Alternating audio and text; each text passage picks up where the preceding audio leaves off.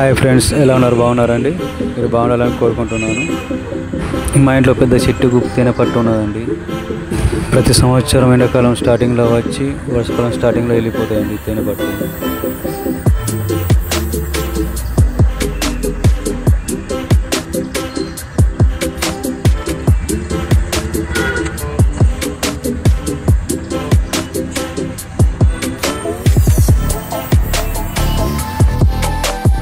ఈ పిట్టల్ని చూసారుగా, ఎక్కువ శాతం తోటలల్లో లేకుంటే బావులల్లో ఈత చెట్ల కొమ్మలకు గూడు కట్టుకొని ఉంటాయండి.